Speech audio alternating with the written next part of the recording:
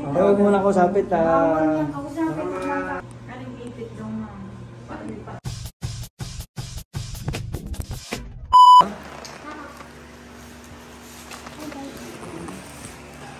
Ha? Ay, punta daw tayo. Baka daw nagle-labor ka. Wala siya nararamdaman ni basta natulog. Alcohol. Dalhin daw at baka daw nagle-labor.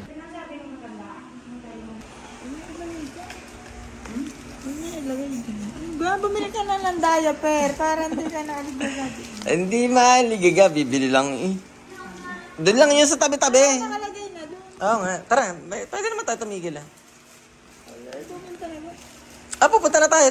Kailangan mo na malaman kung ba't nadugo. Yun ang kailangan, kaya tayo pupunta, hindi para manganak.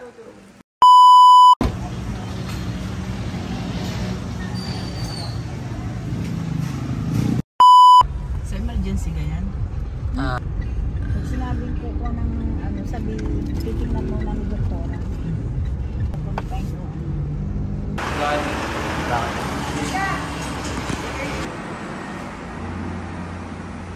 May dugong buo. May klatin-tat. Ibig sabihin po no. Kasi meron pong low lying, kahit po low lying na ganan. Paunting galaw lang po ng baby. Hindi na po siya low lying, basta posterior. Maganda nga po kahit naka-term. Hindi po katulad ng iba, itong buwan pa lang nagtatagay na. Emergency CS. Emergency CS. Okay ka lang? Hindi ka naman masyadong... Hindi yan. Yo, what's up guys?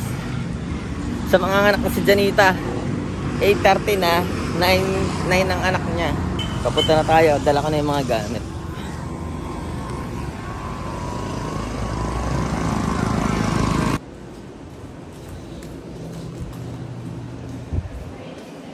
Tututo daw, tututo ang room. Makikita na natin ngayon si baby.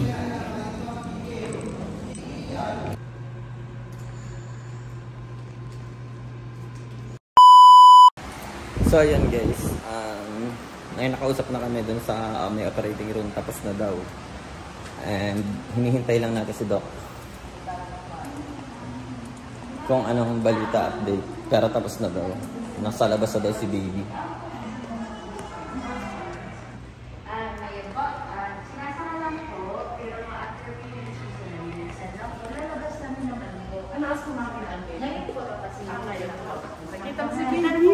Timbang? 2.6. Pero normal na 2.6 si baby gang. Oh, yun na. Baby gang! Naiyak si baby gang!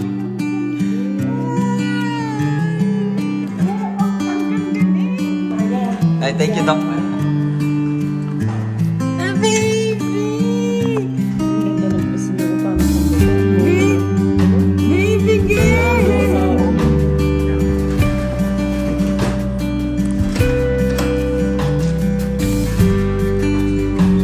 As of 9:50 PM, after ng operasyon, recovering na lang si Janita.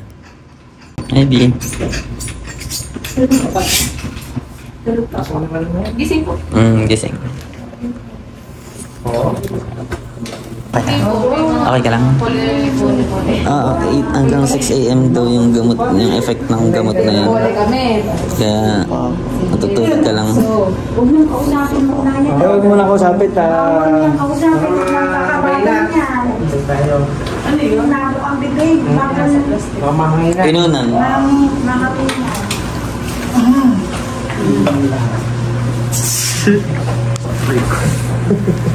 Kumot po.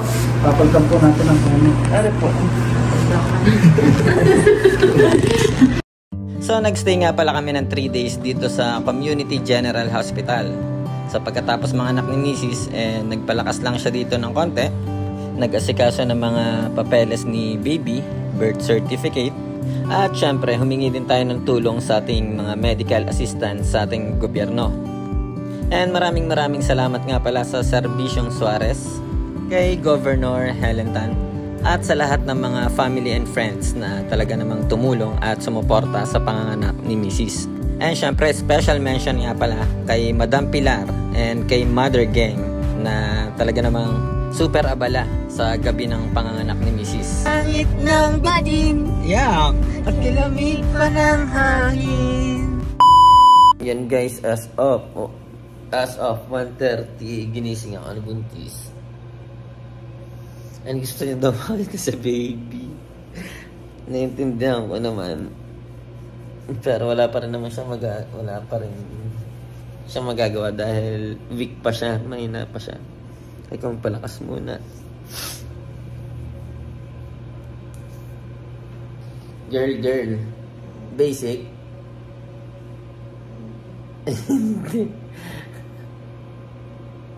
Gang nga dyan, gang. Gang ka muna. Gang.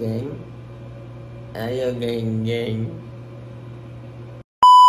Yo, what's up guys? So, awa ng Diyos, makakauwi na kami. And ayan, nandiyan na si Lalo, kasundo namin. Medyo matagal pa to bago maayos ang lakad dahil tahito men.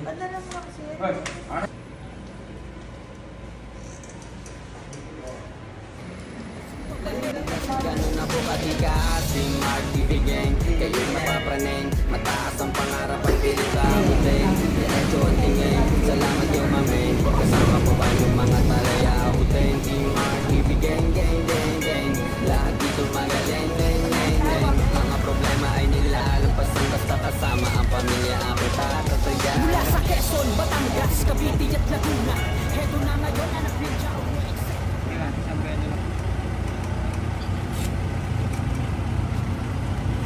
Bossing, salamat. Kaya mo magmahal.